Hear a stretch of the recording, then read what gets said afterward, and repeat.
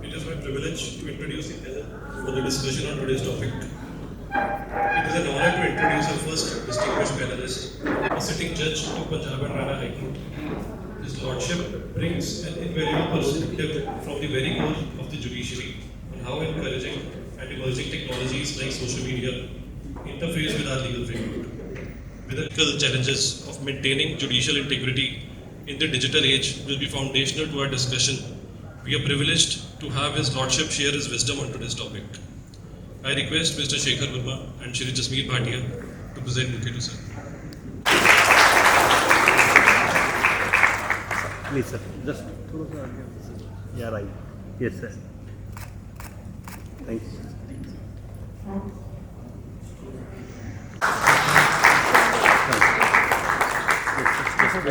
Hold on.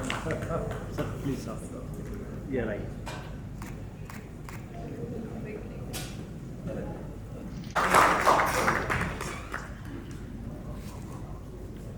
Yes. On this side. Mr. Chavda provides the essential media perspective to the legal views. His decades of experience in reporting give him a keen understanding of the tension between the public's right to know and the litigant's right to fair trial. His insights will illuminate the journalistic responsibilities and the ethical dilemmas faced when covering legal proceedings that have already played out on social media. Now I request Mr. Saini and Mr. Garg to come on the stage and present. Yes, sir. Okay.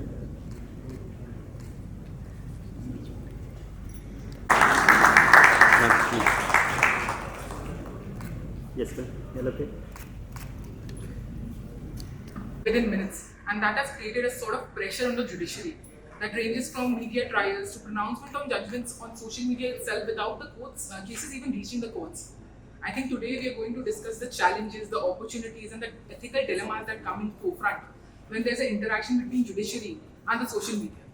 Our discussion today will be on 4 broad themes, that is interaction between the social media and judiciary, the role that social media plays in access to justice, its contrast with the right to fair trial and the ethical way forward. Now that we are here and we have Justice Bhardwaj with us, I would say social media has democratized all the information, but that has also created a sort of scrutiny on every one of us, especially the judiciary. As a judge, in your experience, do you think this really poses a real threat to judicial independence and right to fair trial? And do you think judiciary can both be transparent and keep a distance at this digital age? Thank you for the question.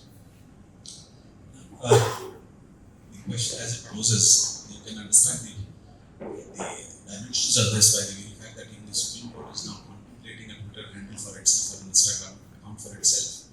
The overall impact of the social media influencers, of course, the judgment of dispensation.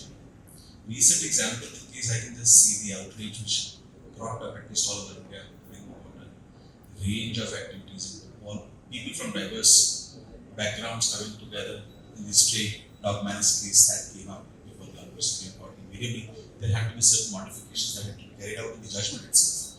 So I will not say that the social media does not have the capacity of influencing a judgment. It definitely does have some capacity to create an awareness where people really spell out whatever that they feel about. But the only checkpoint which is required to be done is whether that sort of an interface and interference by social media is born out from acceptance of the legal principles and how the procedure of law and the administration of justice actually works. So if you just recollect certain of the old cases also, not only this one, of course, then there was yet another matter, although it was still controversial, where some order was passed, and eventually the social media came up. I will not, of course, the people from here would be able to gather. Now, there was a full court meeting which was to be convened, and eventually the order had to be recalled by the Honorable Supreme Court. So, but that is creation of an uproar, or is it a reconsideration on the basis of the feedback that is received back? So, the way that you view it, I'll not see it as a criticism. It is about having a wider participation and having a wider discussion and viewpoints from different people from diverse backgrounds, so that at least they are heard and they can feel that their voice is not crushed or suppressed under this maze of legal practice. So that aspect, that whether it has an impact, it definitely may have an impact. But this is, I was just giving the example as illustrations of some positive impact. But at the same time, in case you would recall the incident of Sushant Rajput suicide, the Riya Chakravarti case, or even some this Shah Rukh Khan's son Aryan Khan, or what that narcotics case is concerned. Now, eventually, what it transpired, the media had actually held them guilty and convicted them. But what it transpires was they were in fact they were victims of a media trial. So either ways, that fine line distinction needs to be drawn. Eventually, it is not an assessment of an evidence. Therefore, the people who claim themselves to be influencers and experts and blaring out their views on all propositions of law, they may not be well versed with the intricacies of law, the procedural requirements, and the burden, as well as sifting of the evidence which a judicial adjudicator is required to undertake. So there would be certain areas where the area within which they have to operate, the norms within which they will have to self-regulate themselves, that needs to be taken care of. On that note, I would like to ask Ms. Barbara, as you come from a different jurisdiction, what is your point of view? Do you think social media has influenced the judicial independence? I don't know how you would. First of all, I should say good evening and thank you very much for having me here. It's a pleasure to be here with all of you. I don't know how you would ever know that the judge had been influenced by social media. I think that you have to be incredibly careful before you start attributing to a judge that they have been influenced by social media. I mean, judges obviously live in society, and if a judge has a social media account, they will be reading what's on the social media account. And I say that because one of the things that India remains very strong is its exercise of the rule of law. And you will know that at the moment, the rule of law is really under attack across the globe, and yet India is held up as a bastion and someone we can look to as a country that is holding it dear. When you lose that for your judges, you lose something quite important. So you will know, I hope, that in 2015, as a result of the Court of Appeal making a decision that some in the political arena didn't like, and the media, one of the newspapers put on the front of the newspaper the faces of 3 judges, named them, and described them as the enemies of the people. Now, that to my mind was the beginning of what we have now today in England and Wales, which is a wholesale attack of our judiciary. And people comment on what they say and people attack them. And we have a situation in England and Wales where judges are not just verbally attacked, but physically attacked. And a judge was very, very badly attacked fairly recently. So I just think you have to be very careful before you start saying that a judge has been influenced by anything other than the evidence they heard and the decision they made accordingly. And if you have a difficulty with it, you must appeal it. But what you mustn't do is attack them. And it's such a slippery slope, honestly. And what we're facing in England and Wales has been really quite difficult. And judges in England and Wales can't speak for themselves. So people like me, leaders of the bar and the professions, have to speak on their behalf, and it's getting more and more difficult. But the other complicated factor is that in England and Wales, some of us can sit as judges. So you can be both a practitioner like me and sit part-time as a judge. So 6 weeks every year, I'm privileged to sit in our High Court as a Deputy High Court Judge. Now, if I have a social media account and I express views and then I sit, it's very easy then for people to say, well, if you think that there and you're doing a case with the opposite, did that influence you? So I think there is a need for to be cautious when you use social media generally, and I think there needs to be even more caution if you're a judge. But I'm slow to say that a judge has been influenced by social media over and above being a member of society. On that note, with all the pitfalls that social media has, I think it has also been a platform for marginalized voices. It has come across as mobilizing people across different topics, and they've been able to come up and raise their issues over there. One such being the Nirbhaya case. We have seen how social media has played a role in transformation of policies, and one such example was the amendment of 2013 But with that, do you think social media activism strengthens the judiciary, or does it forces it and risk creation of reactive policy making? I'll ask both our media people here.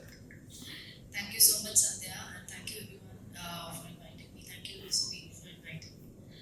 It's a very pertinent question, but before answering this question, I want to explain this term social media. Right? This comes from media, and the role of media is to inform, engage, and inspire, especially when the moral compass is required. And when we say inspire, it doesn't come with a straight line. You have to make certain changes, and you have to recommend certain changes in the policy making. Now when I say the question you're asking, it's basically dual character, especially when we are talking about the role of media. I think it helps in dispensation of justice. And when I say this, I say it especially amplifying the citizens' voices. Also, when we talk about women's crime against women, it does not let them die in silence. Nirbhaya case is one such big example, and also if you know about Jessica Lal murder case, the main accused in that case was set free and acquitted, but there was one headline which was published in Times of India which says, "No one killed Jessica," and that changed the entire narrative of that case. It was the voice of people. It was the voice to give justice. So we all stood up for her. So I'm just saying that yes, it requires some kind of responsibility. Now, what is happening in the digital activism? Everybody wants to inspire the world, and everybody wants to be that part of media. But they don't understand that media comes with a background that they are the fourth pillar of democracy. And that is why they have to be very careful. We live in a time where WhatsApp and on the fun side, on a very lighter note, I have a family group, and most of the news which are sent by my parents are fake news. And then I question them, why you are circulating this? They say, no, it's verified by Facebook. So we live in that era, and that is why it is the responsibility of citizen or anyone. We live in a digital activism mode where everyone wants to be an activist, everyone wants to raise their voice, but not without verifying. And probably at a later stage I'll talk about those instances where we have faced certain things. Recently, a report was published by a reporter where CGI said something, and it acted in some rage that a shoe hurling incident happened. I think that was something how we have to play as a media, that we have to not create chaos. So that's all I want to say on this. I would like to have your views on how do you think that this media activism is resulting in pressurizing policymakers into making reactive policies. Is it the media houses or just the social media? How do we regulate this? How do we say that this is where we draw the line? This is where social activism and social media activism per se should be it, and this is how the government should react. Should there be policies? What do you think? What is your overall view of it? Yeah. Hi, good evening, everyone. Sandra, this is a very valid question that you are asking. You refer to Nirbhaya case. I remember I was in Delhi covering this case as well. I was on BBC then also, and I was covering it for BBC Hindi, BBC English, and I was also part of those reporters, who would walk with the, tens of hundreds of people, every day, carrying out candlelight marches and carrying out candle marches and then walking across the streets. So I was also part of those reporters who would say कि ये देखिए हमारे साथ लाखों हजारों की भीड़ जा रही है, like media does it. So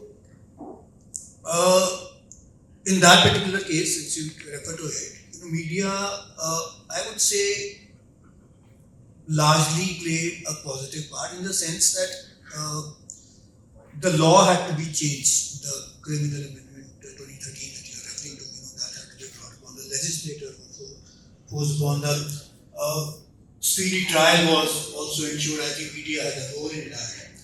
Of course, at the same time, there were issues like media also highlighted the brutality of this crime. It also sensationalized this issue. These are the issues that we are facing on day-to-day basis. So I think it is very important to draw the line. How do we do it? We need to do a bit of introspection, we need to do a bit of research, because courts definitely cannot censor it. Governments cannot censor the media as well. So, see, we have to understand the difference. What has happened is, earlier there was just media. When we reported, the traditional media reported, they used to be all trained journalists.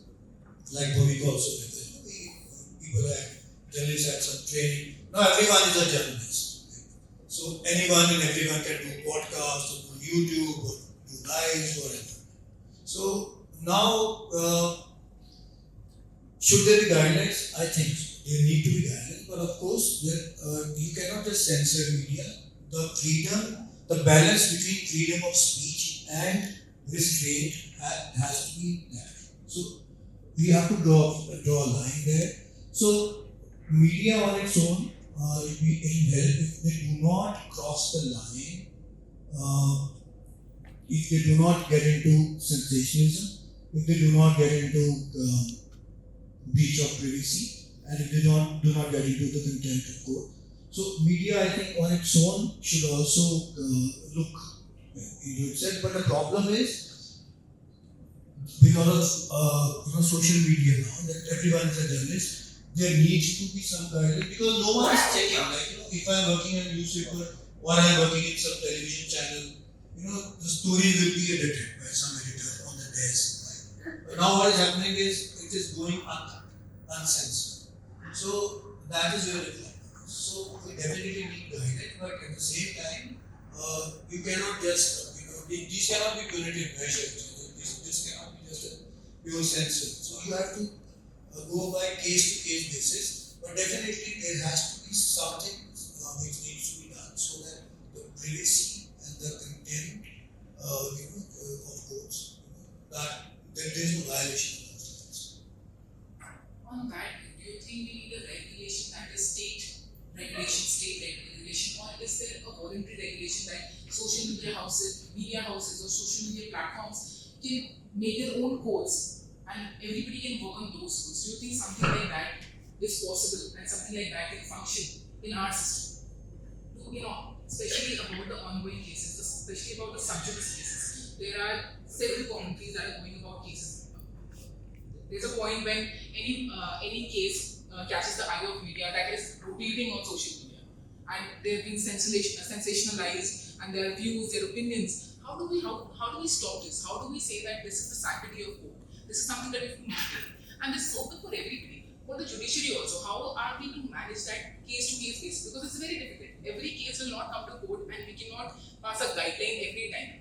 in a particular case. So there has to be something. What, as a senior journalist, what do you think should be a self-restraint that should caution everybody, even the social media houses, to restrain themselves from commenting on ongoing cases? Well, the answer is very simple. You just need to do two things. One is adhere to the legal guidelines and follow the journalistic ethics. So, because these people are many of these people are not trained, so you need to issue some guidelines to them. You need to make them aware generally. There should be like public awareness. Anyone who is doing podcasts or YouTube or social media, they need to follow these guidelines. So it need not be punitive really, but it's very simple. Like just two things: follow the guidelines, follow the legal guidelines, and follow journalistic ethics. Now, what are the journalistic ethics? These are number one, accuracy. You have to be accurate while reporting.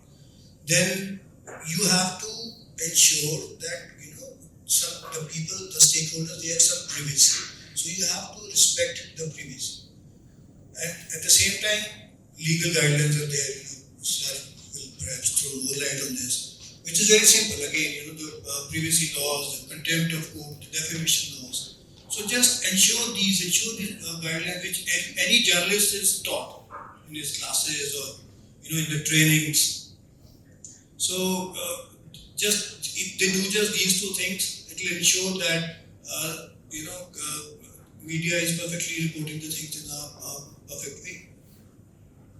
JusticeVinodSBhardwaj, if I may ask, on that very note, so this is very difficult to legalize what is going on social media, because again, then right to freedom of speech comes in. So how do you think, even in future, because this is something that is going to come up even more harsher in the coming future, so how do you think there can be some sort of guidelines? Does judiciary need to intervene, or it has to be state-led? What can we do to manage what is social media doing, especially in the circumstances where there are cases ongoing and whatever commentaries and oral commentaries are going on in court are posted on social media and are understood in a very different manner in which they've been spoken?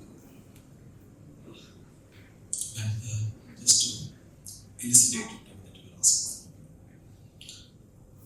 We traditionally understand media as print media, which is governed by certain regulations, the code of ethics, and there is a regulatory framework. Press test of media is there, which would regulate whatever is contained is there, and the guidelines and those have legal about the reporting ethics of respect. Now, there are trained journalists who are reporting those incidents. Of course, at times, when it comes to a matter of reporting of legal issues, the pending cases or such cases, they might falter in a point or two, because the media host may or may not have a person who is doing a legal reporting who is well versed with the nuances of law. So he may be a law graduate, but to understand the nuances of law and how the procedure would work would require some practical training in a code of law so that he understands the procedures as well. So that's one part.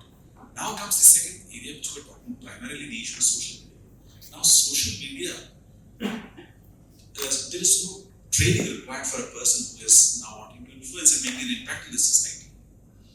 Now, he does not know the distinction between objective-based logical reasoning and emotional outburst or a reactive reaction, right, to a particular situation. So, he reads under an impression that his opinion is the only correct opinion in the world, not knowing how the things and how the assessment or evaluation of the evidence and the testimony of witnesses is to be required to be undertaken. So for a layman, assume there is a confession that has been recorded by the police. He will say, look, the accused has admitted in police custody to have committed the offence. But that is not how a court of law is going to evaluate the evidentiary value of that confession recorded. It is hit by Section 27. Now he doesn't know Section 27 of the Evidence Act would prohibit it. Or if there is a confession which is not corroborated by a disclosure, then that piece of evidence is not even worth the paper that it is written on. Now, this is something which a person who is not trained in law, who has got no exposure to the working of the courts and the working of the law, would never understand. For him, the first version given by the police is the correct version. So the moment an accused is arrested and is paraded in the public domain that we have arrested such and such person in a specific crime, the person reading the news would believe, okay, this is a crackpot which has been done. That's one aspect. Now, if we look back, I'll not go in a very recent past. There have been instances of, let us say, certain shootings or encounters which were hailed in social media. Now, hailing of the encounters is a propagation by social media because it feels it was the right thing to do. But it is not the legal thing to be done. They cannot be law and justice unto themselves. So therefore, validation, the social validation of that action, which may be per se illegal, is now creating ripples. You are creating opinions. It is not just an appreciation of the evidence and its valuation before forming an opinion. It is you have an opinion and you want to justify that opinion. That is what the social media influencers are doing. Now comes the question is to what extent can the court regulate it or it is for the legislature to regulate it. Today, loosely construed, there is some mechanism on a platform or on a social media platform wherever a point of view is hosted. Now, a person aggrieved may in a given set of circumstances complain to the concerned platform and that content is required to be removed or and in case he is personally aggrieved and that content is not being removed, he may approach the court of law. There is a nodal agency set up by the government of India and the regulations that have been notified. But usually this sort of recourse is taken in a situation where there is some objectionable content against a person. So he would approach and he is pursuing his remedies. But where institutions are under attack, there is no person who claims himself that he is the person who is personally prejudiced or impaired. That is where the bar associations or bar councils or people who are trained in the field of law, they are required to come forward because they are the first foot soldiers of the institution of administration of justice. They cannot say that it is not related to me, therefore I am not going to step up and the bar and oppose any such. It is a targeted approach towards the institution itself. So the bar is required to then rise. Either the first way is spreading information, then spreading the facts right, that whatever approach is there, that is incorrect. This is an informal approach. And of course, educating and creating that mass awareness. We do have certain campaigns running around. But whether at a given instance, once a material or an information or an opinion is being built up, which a lawyer would feel that it is not based on correct appreciation or understanding the procedures of law or the nuances of law, does he step up to defend the institution as the first requirement? Now, if he does, that by itself would become a check on any such influencer trying to portray, because you will always see a social outcry. But where do you see the legal fraternity stepping up to say this sort of a nuisance is not permissible? If you don't understand, don't be an expert on the subject. So I am not telling somebody, a barber, how the haircut is to be done. So don't tell me how the adjudication is to be done. So that's so it is largely a self-restraint that is to be exercised. Informally, the organizations or the bodies which are aware of the procedure of law, they are required to step in. They are required to create that awareness. And eventually, of course, legislation is the government's job. The court legislating for the government, that is not something which the federal court or the Supreme Court will be ordained to. Of course, an article of the Supreme Court does have the power to issue guidelines, but then too much of guidelines actually dilutes the impact of guidelines also.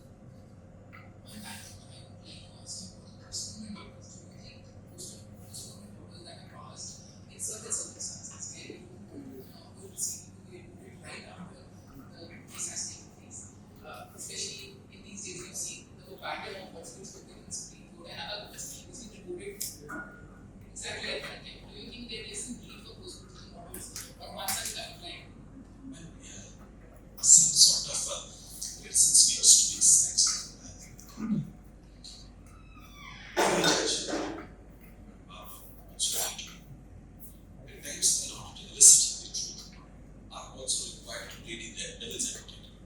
So the moment an argument is raised, you are running that argument in your mind, applying it to numerous permutations and combinations where this argument, if accepted, has to be practically applied to the damages which it might have.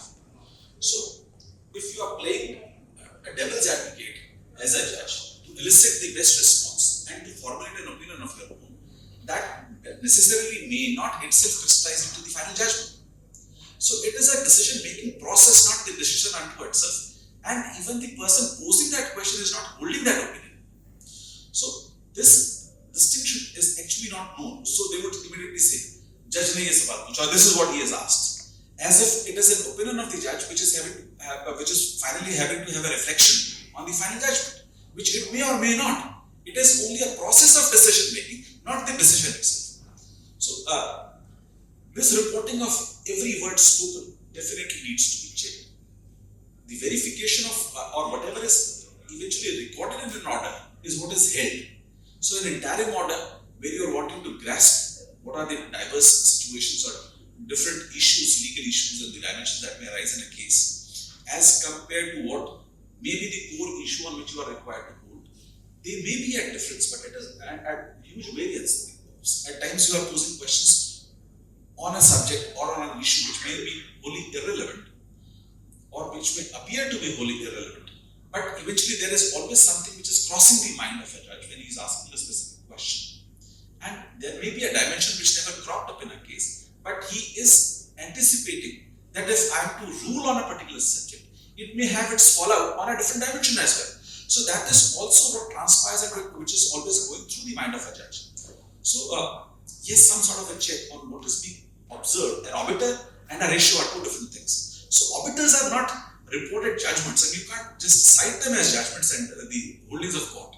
So yes, and of course, this definitely needs to be checked. Maybe in a given case, some court would definitely step up and impose some sort of limitation on such reporting. Also by certain media houses. Also, I say in fast reporting today's. So we have these online-based platforms which are reporting every word spoken. No, it's not required to be. People don't have interest in it. So in gender sensitization, you are commenting on each and every question that is being posed, and then you are generating public opinion and debate as to what would be the final nuances, and you are trying to prejudge what a final outcome would be. So this is not how a decision making is to be done, and this is not how a court proceeding or a sub judice matter is required to be reported. But it is more of sensationalization and scandalization of the process. So that needs to be checked. I'll ask Ms. Barbara, if something like this happens in your jurisdiction at the same time they're being pronounced, or the conversation that's going between the bar and the bench, it has been reported directly at the same moment and it has created an outburst. Have you seen such instances in your jurisdiction, and how, if something such has happened, how have you dealt with it? I think the opening up of information of what goes on in court is only going to grow. I think we all have smartphones. People are sitting on their computers. I was in the Delhi High Court, I could see that everything was online. So the more you open up, the more you open up the possibility of reporting. So as a bar leader, my primary focus is on barristers and helping them to regulate themselves. And certainly as far as they're concerned, social media has to be used very wisely so that they don't themselves publish what's going on in their cases. But in the work that I do, so I'm a family lawyer, and there has been a real push so it used to be that cases involving children were held in chambers, so only the parties and their lawyers were there. And then there were a whole group of people who said, well, we'd like to know what goes on in family courts because we don't know what the processes are and we'd like to see. So increasingly there has been a move to make our courts more open. What you can report though is limited, but there is, and we have Court of Appeal hearings which are live, and so people are reporting and tweeting and all the rest of it. I don't see how you will ever be able to regulate it. And as a bar leader, I see my job as providing, as the judge said, providing information that's neutral and factual. So our role is not to try and police what I think has now become almost unpoliceable, because I don't know where you would start to regulate this. I think the job as a bar leader is to say, actually use every opportunity to set the record straight. So what's happening, for example, in immigration cases, that there is a real push by the right-wing parties about immigration in England. And what they do to sensationalise the issue is a case is reported and they'll pick something that was said during the argument a father says, I can't return to my home country because they don't serve chicken nuggets there, and the children want chicken nuggets. Something very trivial. No judge made the decision based on that, but that's what's picked up and put in the press. So there is this constant misinformation going on. My role is to say, no, that's not how judges work. That isn't how the decision was arrived at, and set the record straight. In fact, only last week we had reason to set the record straight after there was some noises made about judges and their decision making and their social media accounts and what political beliefs they have, which was playing into their decision making. And we, together with other bars, got together and wrote a press statement to set the record straight. This is actually what happens in courts. And also to remind people, as I said before, that you have to be slow to criticise judges when there is no merit in your criticism. Because what we have seen is that once you start attacking judges, you lose something very precious. And once that happens, I don't think you get it back. It's very difficult. And certainly in this jurisdiction, as I said before, because you have that precious commodity, I very much hope you don't lose it in the way that we seem to have it slipping away from us. Ask Bhumika ma'am on this point. So I want to clarify that with due respect to the audience. See, first thing is postponement orders are important, and I'm not denying that, for the sub judice matters where, like in Sahara case, where there's a threat to media trial. In Sahara case, it happened, and probably it was required in Arushi Talwar case as well.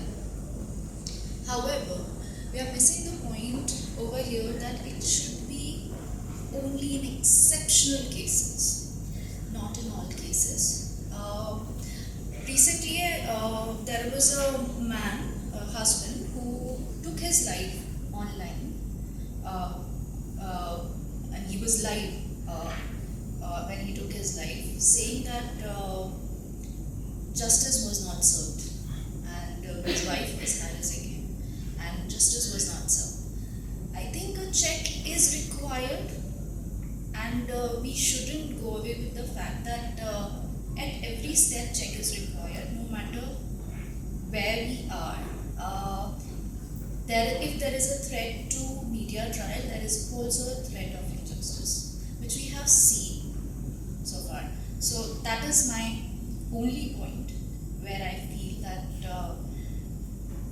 that balance should be there. If there's postponement orders, it has to be exercised in extremely exceptional cases where there's a threat to media trial. Then again, right there, how do we distinguish between amplifying the voices and infringing the sanctity of the judicial system, where ongoing judgments are there, ongoing cases are there? How do we stop there?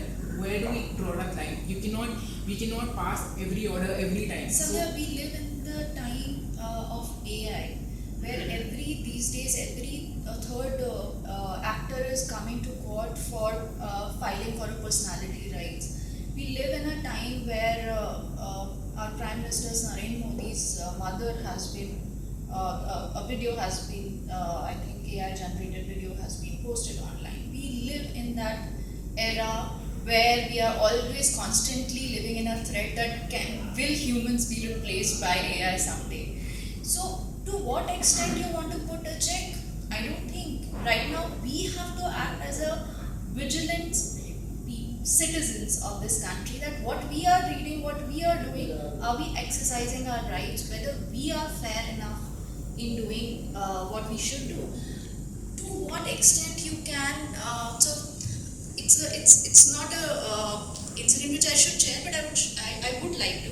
There was a video which came online on Twitter through Delhi High Court virtual hearing, and the person who posted on Twitter said that he's the judge, and it was an objectionable video, and while hearing it was going on. However, he was not the Delhi High Court judge, but he was an advocate, right? But the person who posted, can you actually do something against him on Twitter? Can you? Yes, all the people wrote to him, delete it because you have posted it wrong. So we have to tell, we have to correct them. To what extent, sorry to just come up with something, how many laws you make, how many guidelines. We have Domestic Violence Act and we have Dowry Prohibition Act. But tell me one thing, Dowry Prohibition Act is not misused, right? So we are talking about, at this point we are talking about a time that anything you bring, there is a possibility of that being misused. So you have to be first careful, you have to understand your rights, you have to first learn that, are we going at the right, are we picking the right path? That's, Sir has something to say on it. Sorry, I just wanted to add something because the battle or the question always boiled into two things. One is there is a substantive law, there is a procedural law. In an administration of justice, both are equally important. Even a substantive adjudication, if it is not in accordance with the procedural laws, it may vitiate the final outcome. So at times it is not that you can see it like Ajmal Kasab, you've seen it. So is there no necessity to hold a trial? There is a necessity to hold a trial. One. Number two, so therefore adjournments at times are the requirement of the procedural law because they would otherwise vitiate the final outcome. Some party may have been condemned unheard. So that's one aspect. The second aspect which comes up is this entire gamut of discussion eventually has to go back to the human resource, the citizenry. Are we breeding responsible citizens or not? Are we giving them that value that every conduct of theirs, whether in private or in social media or in public domain, has a ripple effect? And therefore, if they are to do something, they must be conscious and aware of the likely consequences and the ripples which it may likely create in the society as a result thereof. So even though the video that Mikali had talked about, it may have been deleted for some, but its distribution amongst the masses, it is not that it is no more on a public platform or a social platform. It may be available with somebody in some form or the other.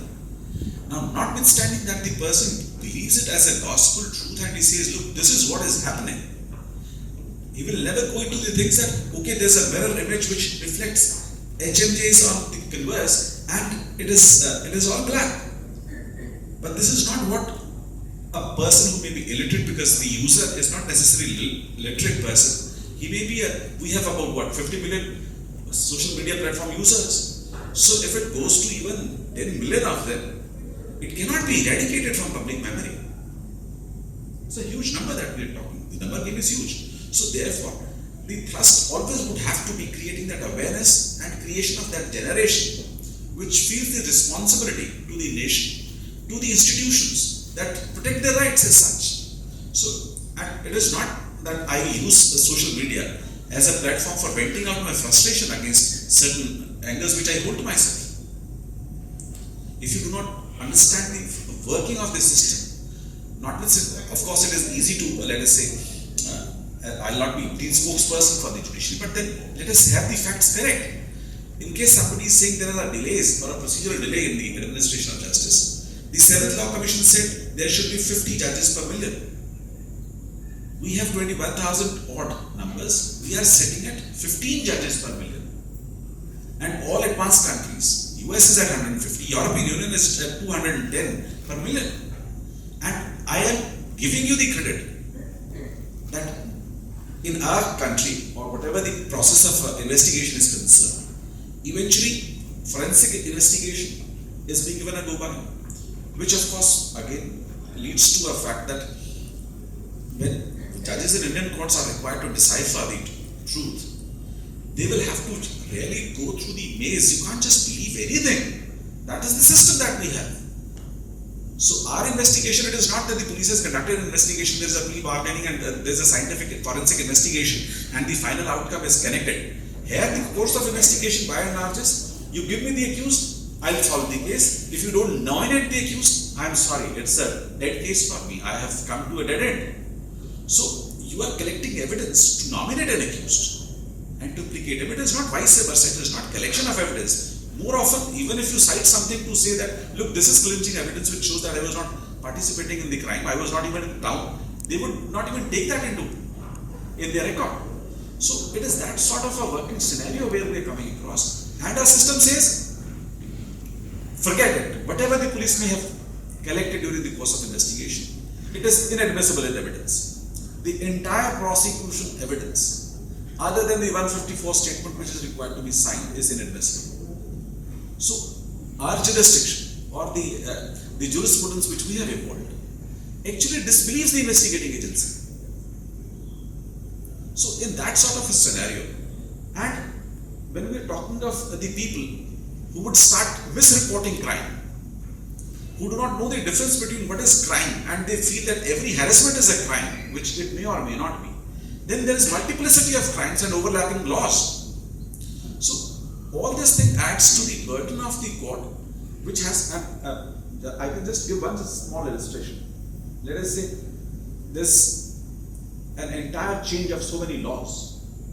It takes 20, 30, 40 years for certain prepositions to finally hold a firm ground that this is now the interpretation in law, which has become final and settled. You change them entirely, the work starts all over again. So it is going to take that much longer time for those laws to be settled. So this increases the work manifold. So unless we know that this is what the judges are coming across, this is what sifting is required to be done, this is the pace, or this is the quality of assistance that is being brought, this is the quality of investigation or scientific assistance that is available, to say that okay, it is being adjourned, therefore this is called as, it has caused some sort of a prejudice to a person who feels that justice is not done or it is not being served. No, it is a reaction of a person which is not that of a reasonable man. It is oversensitivity to an issue. So the law does not work on sensitivities of an individual. It will draw an average.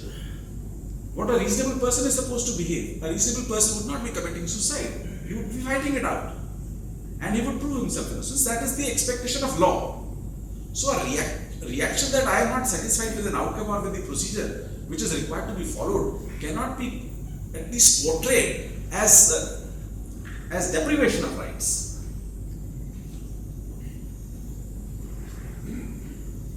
May I please have your views on this, sir?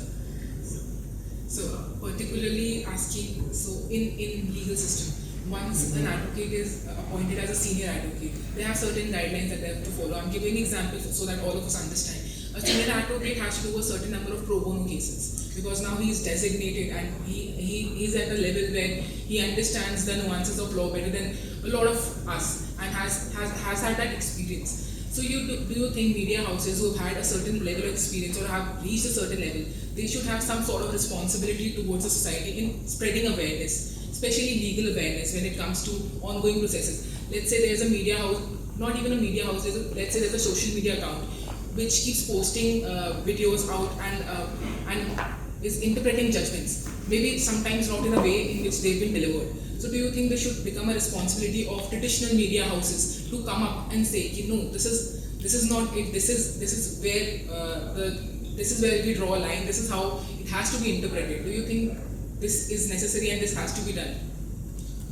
I think that's already happening. In a sense, media and law, they are two different ballgames. I mean, we are a different institution altogether. For instance, I worked in places like Hindustan Times. So they train their journalists.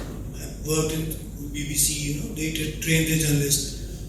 I'll give you an example of BBC. We have to regularly pass their training program before we step into the field. Like if I want to cover the courts, if I want to report from the courts, I not only must clear the Indian, test on contempt of laws and defamation. I also must clear the UK laws test. So all this is already happening within the organization. The organization is already ensuring this, and they also ensure that not everyone gets to cover, the beat as sensitive as the high courts or the legal beats. But what has now happened is, the social media is there. So now everyone is as I was saying, everyone is a journalist. Anyone can just hold a mic and start, reporting or going live on, or passing judgments on the judges or the verdicts. So any organization can only train its own journalists, and then there are organizations like Sir, Honorable Justice also mentioning that the Press Council of India is there, Editors Guild is there, press clubs are also there. They also keep organizing workshops but yes, maybe such institutions, they need to increase the number of such workshops and train journalists more and more, so that reporting is done in a proper manner. You're particularly posting about legal journalism on your webpage. So how do you think we can manage that and draw special rest aside, keeping everything else aside? I'm only talking about legal journalism, especially on social media and other journalism channels also. Do you think houses like you, web pages like you, they can regulate and they can form awareness for not just for social media or people, but for everybody who wants to understand the judgments? Yes, so absolutely, we all are doing this. Any legal media house, they are creating law meetings and sections. They are actually talking about the ratio of a particular case, and in some cases where there's a particular which is important, we are also giving short videos of those cases. I think the point over here is not about media. As I said, media is responsible to an extent. We know where we are responsible. The point is social media. Social media is not responsible. The media houses are trained, they know their responsibilities, and yes, there are instances where some misreportings are done because of the live reporting and everybody is in hush that they want to report everything. But at the same time, never a blunder has happened, to my knowledge. We are just passing the information. Probably a check is required. Media trial, yes, it happens only because of the social media, where the opinions start coming from people who are unable to understand the language of legal law. And that is the problem. That everyone wants to give an opinion. Everyone wants to say, we are the expert, we will decode this language now. That is the problem. I think once we understand that, to my mind, when we create those short videos of what the judgment is all about and what is happening, we are very much responsible in our reportings. And I don't think anyone, as I said, I also said one incident where probably one reporting has caused some chaos, basically with the CGI case. But I would still say that we are responsible. It's the reaction of on the social media, how much chaos was created through the opinions of the people. I think that needs to be everyone who is giving their opinion. You cannot restrict, like China, you cannot restrict or closing down of all the social media channels, like Twitter is not working there. You cannot do that. It just can't happen. Now, so that's it. I think that's my closing remarks. You have to ensure that that social media, that especially the digital activism, works as a voice and not just as a noise. So that's the closing remark. I just want to. I think Parvez has something to say. Yeah, just what I want to say is that we also need to understand the context, why this is happening. See, when we reported for newspapers, traditional media, so we would just report whatever has happened in the court. And like I was saying, judges sometimes do play the devil's advocate. So we will not report those observations. Like now we sometimes see that judge has hinted at this verdict, this is going to happen and all. So then we would avoid. We know we could make out the difference between an observation and a ruling. So then came television, and that changed the game because people were in the TV channels, they were interested in TRPs. So that is where sensationalism started. So that is where things like the nation wants to know and all those kind of things happen. So, but now with the advent of digital journalism, now what has happened is everyone wants views and everyone wants followers. So I have done a great story only if I've got 1 million views. And how do I get 1 million views? I need to do some tweak. I need to do something which probably hasn't even happened. I need to pick up something very, very sensational from the course. Could be the judge's observation, could be some lawyer's quote or whatever, or even something that might not have happened. So unless I've done something which has got me 1 million views, my story is not good. My story is not acceptable. The editor will say, no, you are not doing your job. So this is what has basically created all this problem because of views, because of the number of followers. This is why we are the media, the social media, and everyone wants. They don't bother really about the editorial ethics or journalistic ethics. Everyone is basically focused on the number of views or the number of followers, and that is where the problem has started coming in. We can now take closing remarks from JusticeVinodSBhardwaj, and then we can take questions from the audience if there are any. All that I can say that the times and the challenges that stand is not from the people who are aware, but it is from the person who is sitting at the edge of the society, wanting to be at the center stage, and rank nobody, wanting to be everybody. So this urge needs to be checked, and this is what the social media is wanting to create. This gives a sense of importance to the person who is creating a content, notwithstanding whether it is verified, it has got any sanctity, it is objective, is it even required or desired. So this urge needs to be checked. That's all I will say. Parvez, their closing remark.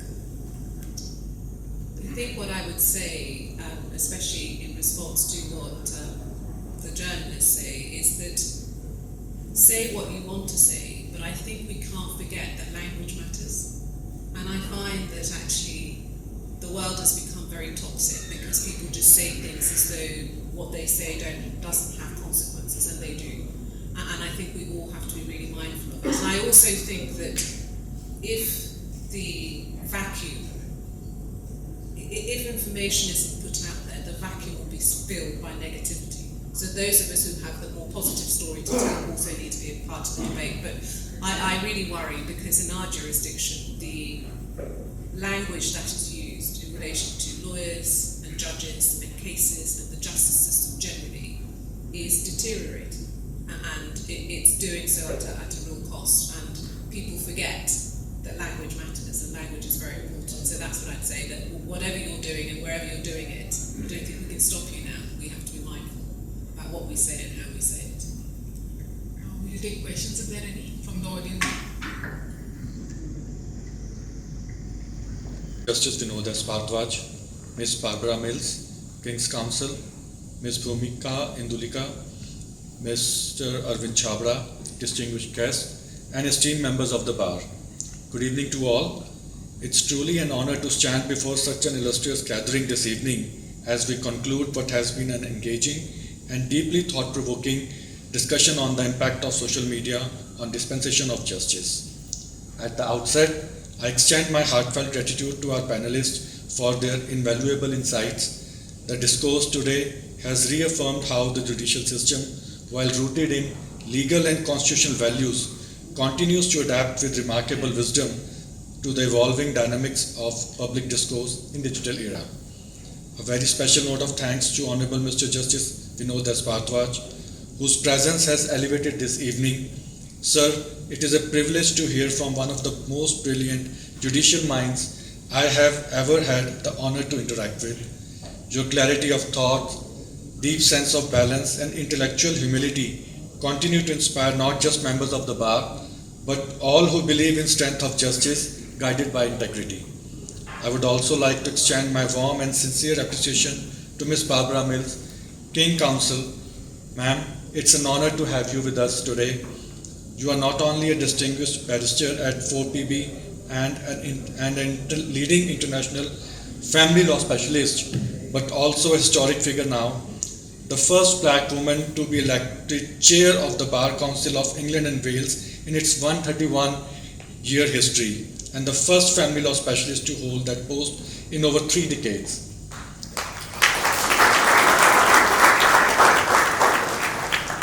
Your journey called to bar in 1990, taking silk in 2020, and now leading all female senior team at Bar Council is both inspiring and transformative. You have refined the leadership by coupling legal excellence with empathy and social conscience. Your advocacy is for well-being in the legal profession, gender inclusion, and the strengthening of family law resources reflects a vision that transcends border. Your emphasis on justice, not as just as a principle, but as a lived reality for the families, women, and children, deeply resonates with our own constitutional ethos in India. We also recall with deep gratitude your gracious gesture in hosting the first delegation of advocates from the Punjab and Haryana High Court Bar in April 2024 with the beautiful views of St. Paul Cathedral from the office, ma'am. That historic initiative strengthened our ties with the Bar of England and Wales and opened avenues for collaboration, dialogue, and shared learning. Ma'am, your warmth, foresight, and generosity of spirit have left a lasting impression on our legal community. Thank you so much. My thanks also goes to Ms. Bhumika Indulika, whose sharp editorial insights continue to shape meaningful conversation in legal journalism, and also to Mr. Arvind Chhabra for bringing a journalist lens to the complex intersection between media and justice. Finally, a word of appreciation for Mr. Parvez, our moderator, and Ms. Sandhya, our coordinator for the evening, for steering the discussion with grace, depth, and perfect timing. I also thank the organizers, UPAI, International Bar Guild, and Unity in Law Alliance for creating a platform that unites legal minds across the borders. As we conclude, let us carry forward the message that emerged so powerfully today, that justice and communication must coexist responsibly, and that every post, every voice, and every decision in digital age must reflect the fairness and restraint that our judiciary stands for. Thank you all, and I look forward to such more enlightening exchanges in future. Thank you, everyone.